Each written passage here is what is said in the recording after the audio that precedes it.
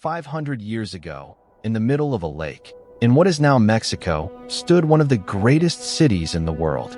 Larger than London, larger than Rome at the time.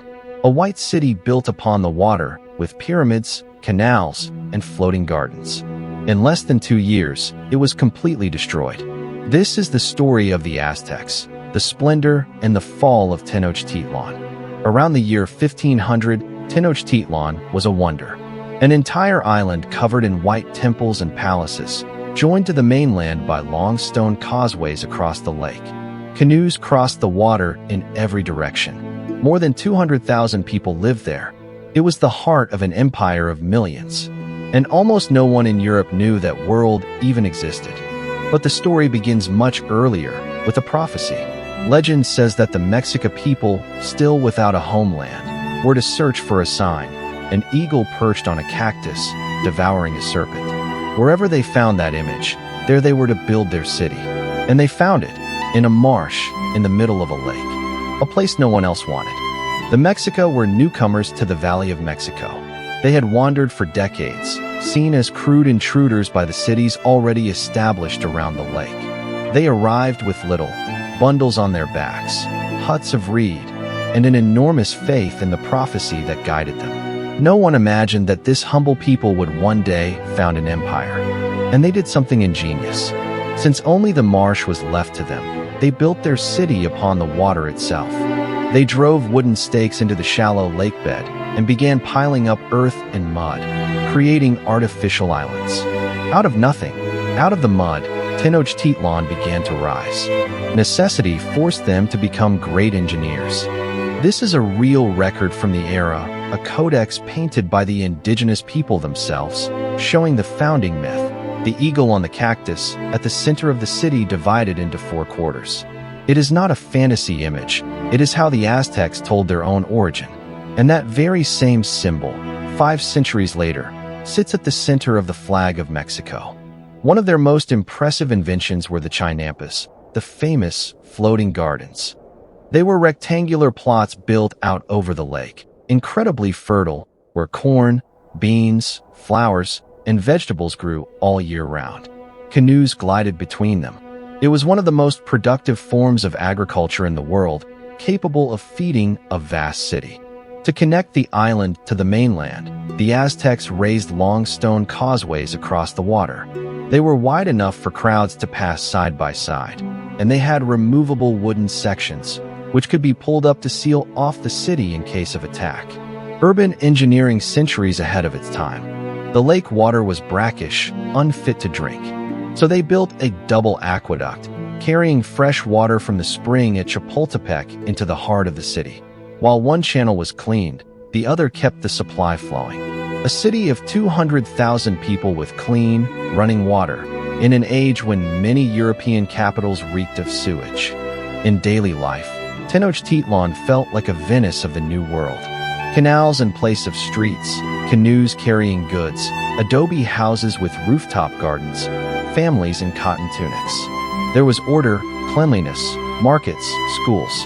It was a vibrant, well-organized metropolis at the height of a civilization that Europe did not even know existed. The power of the Aztecs grew when, around 1428, Tenochtitlan allied itself with 2 other cities on the lake, Texcoco and Tlacopan. There the Triple Alliance was born. Together, these 3 cities came to dominate, one after another, all the neighboring regions. It was no longer a single city. It was the beginning of an empire. Within a few decades, that empire stretched across much of central Mexico. Tribute roads ran out of Tenochtitlan toward distant provinces. The Aztecs did not rule everything directly. They left conquered peoples in place, so long as they paid tribute. An empire of millions, bound together by trade, by fear, and by a web of roads. And tribute was the wealth that sustained it all. Long lines of porters entered Tenochtitlan carrying what the provinces owed: baskets of cacao, jade, gold, cotton, the green feathers of the quetzal. The capital shone with the riches of an entire continent flowing into it. But every tribute demanded also created an enemy. At the sacred center of the city rose the Templo Mayor, an enormous pyramid with twin staircases, crowned by two shrines.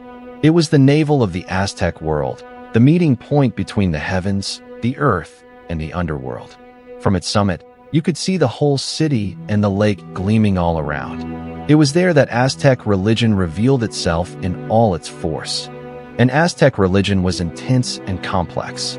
They believed the world had already been created and destroyed several times, and that the sun needed energy to keep moving across the sky.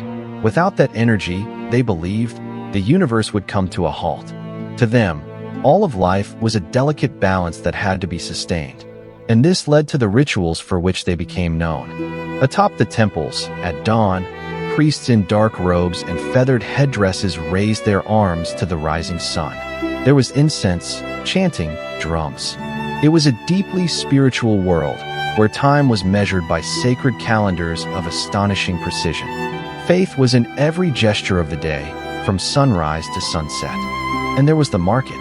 The great market of Tlatelolco was the largest in the Americas. Tens of thousands of people gathered there every day, trading with cacao beans in place of coins.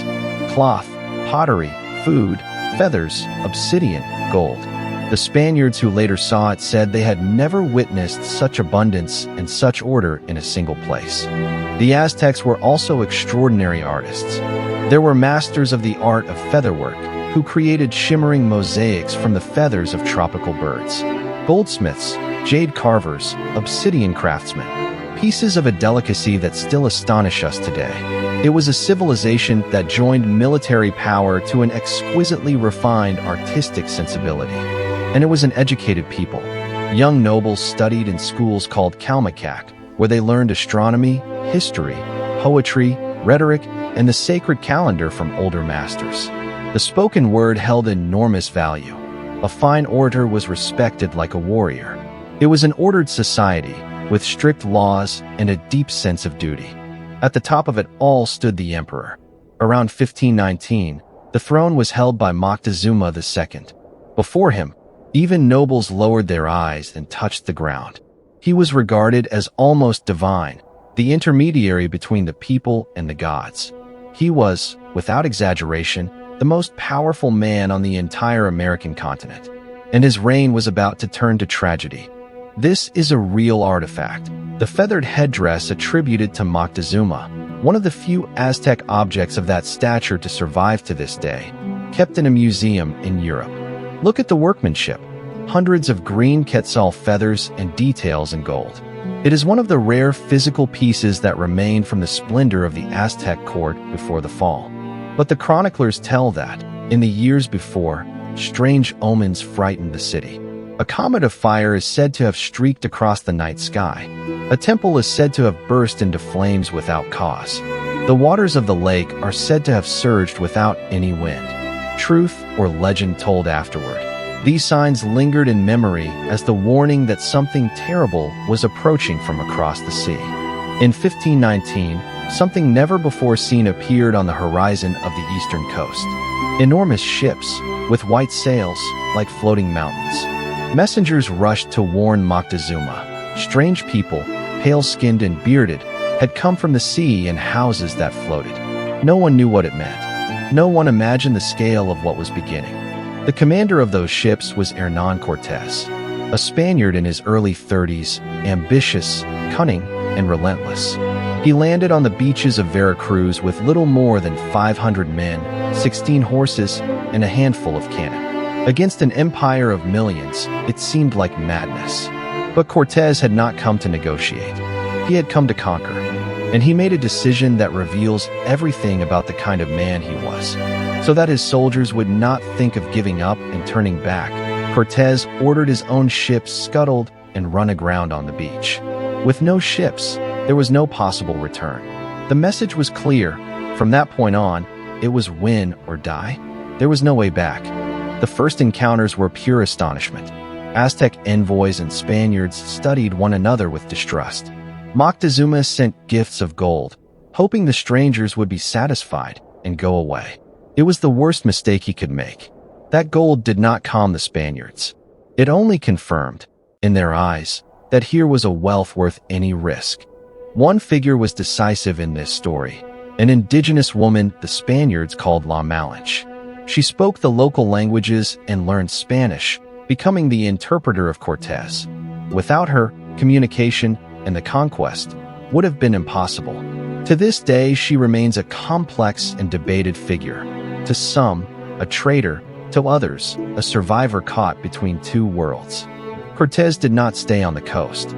He began a long march inland, climbing from the hot shore toward the highlands, crossing jungles and mountains with his small force.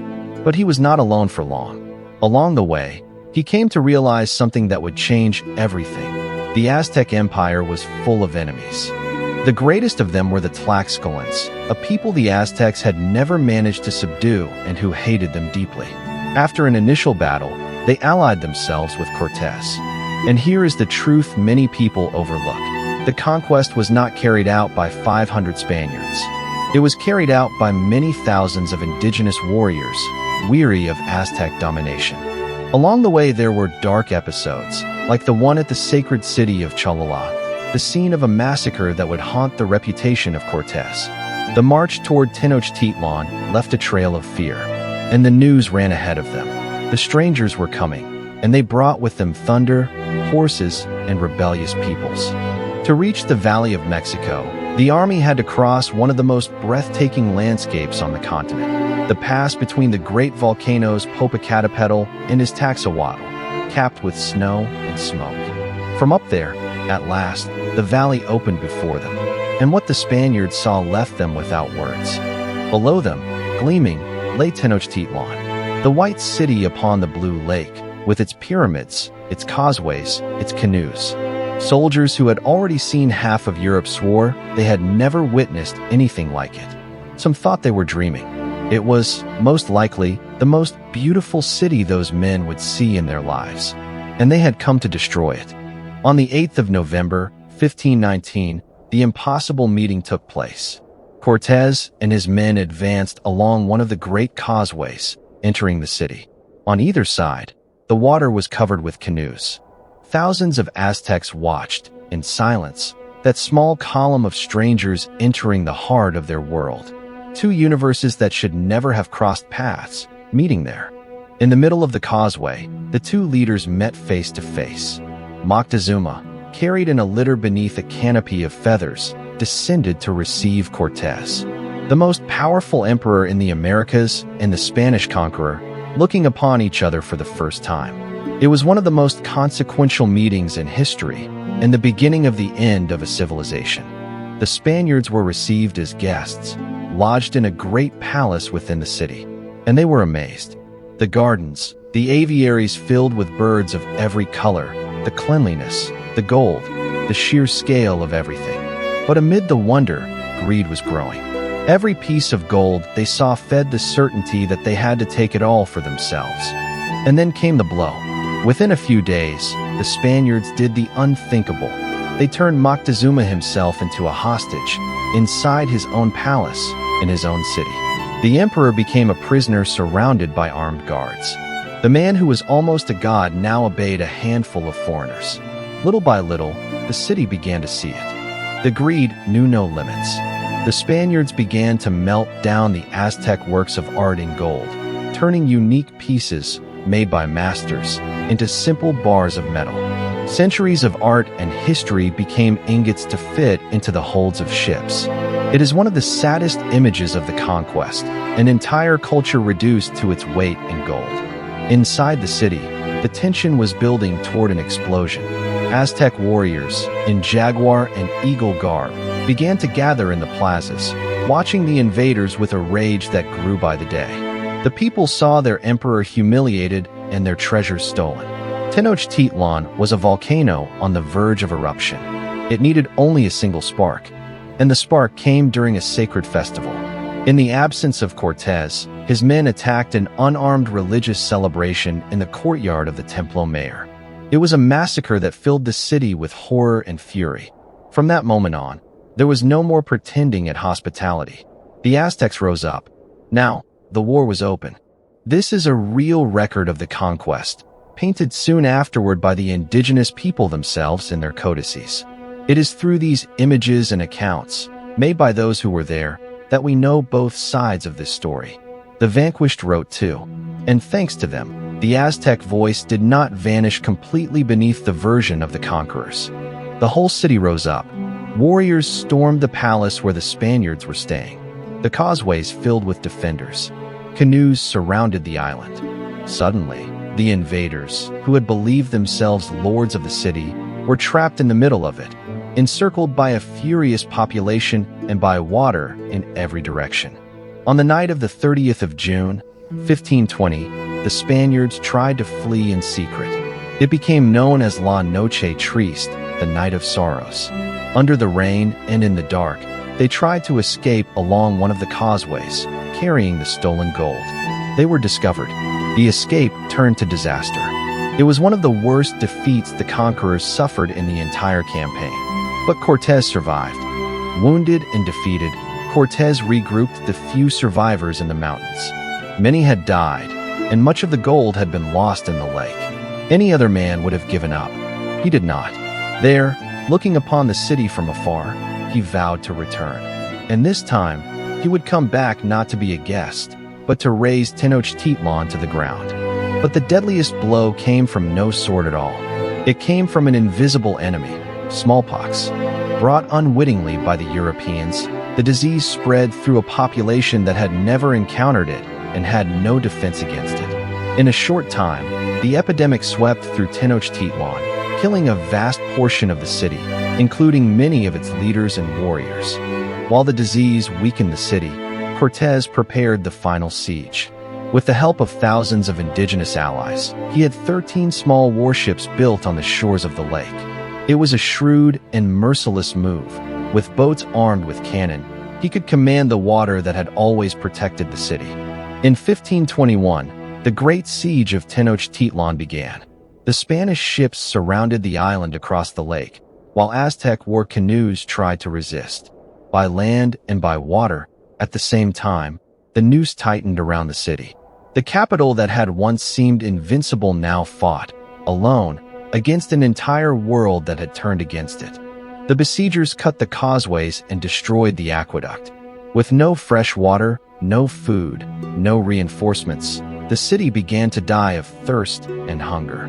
But the Aztecs did not surrender. Day after day, they defended every street, every temple, every canal, falling back slowly, but resisting with a courage that impressed even their own enemies. The last emperor was Cuauhtémoc, a young man who took the throne in the midst of the disaster. As everything collapsed, he rallied the defenders and fought to the end, without surrendering. He became, for Mexico, an eternal symbol of resistance. The man who chose to fall on his feet rather than kneel before the invader. A hero born of the darkest hour. The siege lasted about 93 days. Day after day, the city that had once gleamed was reduced to rubble. Smoke covered the broken temples. The defenders' canoes grew fewer and fewer. An entire empire fighting its last breath, block by block, in one of the most dramatic acts of resistance in all of history. On the 13th of August, 1521, Tenochtitlan fell. The city that had been one of the greatest in the world lay in ruins and in silence. There the Aztec Empire ended, less than 2 years after the arrival of the Spaniards. One of the most advanced civilizations of the Americas had come to its end, and the world would never be the same. The human cost was staggering. Between the war and, above all, the epidemics, hundreds of thousands of people died in the region within a few years. It is hard even to imagine a loss on that scale. A city, a people, an entire way of seeing the world, nearly erased in the blink of an eye on the timescale of history. The Spaniards were not content merely to win. They began to tear down, stone by stone, the temples and pyramids of Tenochtitlan. It was a deliberate destruction, to erase the symbols of the old faith in order to impose the new. The Templo Mayor, the sacred heart of the Aztec world, was pulled down. Upon the ruins, something different would begin to be built. And what they built was a new city directly on top of the old one. Mexico City was born upon the rubble of Tenochtitlan. Where the Templo Mayor once stood, they raised a cathedral and a plaza. Two worlds stacked on the same ground. To this day, the Mexican capital stands, quite literally, on the bones of the Aztec city. But it would be a mistake to think the Aztecs simply vanished. From the collision of the two peoples, something new was born, a mixed, mestizo culture. Language, faith, food, blood, all of it blended, painfully and profoundly, giving rise to modern Mexico. The conquest did not erase the indigenous people. It transformed them and was transformed by them. Part of what we know today came from the vanquished themselves. Indigenous scribes, already under Spanish rule, recorded in codices the history and the fall of their people, often alongside friars who wished to preserve that memory.